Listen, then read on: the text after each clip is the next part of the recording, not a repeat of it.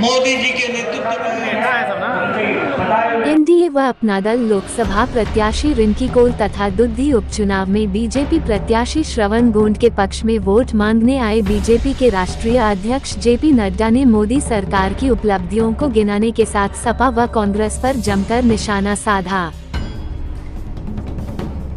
JP Nadda ने कहा कि मोदी के नेतृत्व में देश लगातार आगे बढ़ रहा है और आगामी 3 वर्षों में भारत तीसरी बड़ी अर्थव्यवस्था वाला देश बन जाएगा।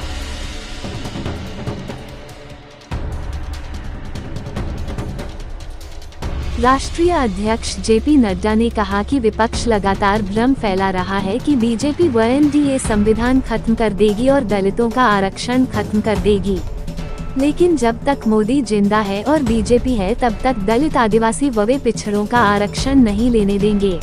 कांग्रेसी जो है और ये जो समाजवादी पार्टी है, इनको षड्यंत्र के सिवाय और कुछ नहीं आता, कुछ नहीं आता है। मैं ठीक बोल रहा हूं, नहीं बोल रहा हूं? इनको षड्यंत्र के सिवाय कुछ नहीं आता।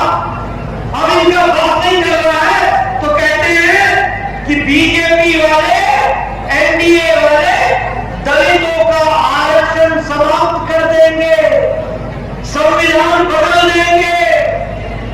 बोलते हैं कि बोलते हैं कांग्रेसी, बोलते हैं कि बोलते हैं?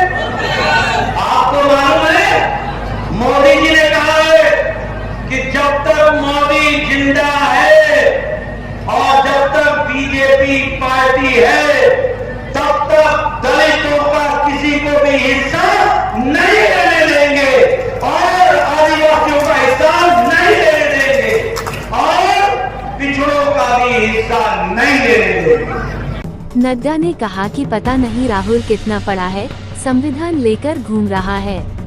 दोनों शहजादे धर्म के आधार पर आरक्षण देना चाहते हैं, लेकिन जब तक मोदी जिंदा है और बीजेपी है ये होने नहीं देंगे।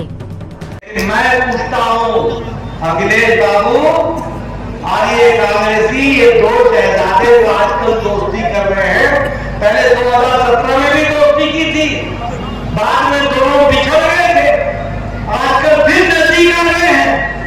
मैं आपसे पूछता हूं, ये राहुल पता नहीं कितना पढ़ा लिखा है, लेकिन संविधान तो पढ़ा नहीं, संविधान की पुस्तक लेके फिरते हैं। उस संविधान में कहते हैं इसको मैं बचाऊंगा। अरे आप धर्म के आधार पर आप आरक्षण देना चाहते हैं और दलितों का हिस्सा लेना चाहते हैं। आप आरक्षण धर्म के नाम पर करके आप आदिवासियों का हिस्सा मांगना चाहते हैं। आप धर्म के नाम पर पिछड़ों का, आदिवासियों का, दलितों का हिस्सा मांगना चाहते हैं। आप धक्का मारना चाहते हैं। याद रखिएगा, जब तक मोदी जी जिंदा है और जब तक बीजेपी पार्टी है, हम धर्म के आधार पर आरक्षण नहीं होने देंगे और किसी को सरकार नहीं मारने देंगे।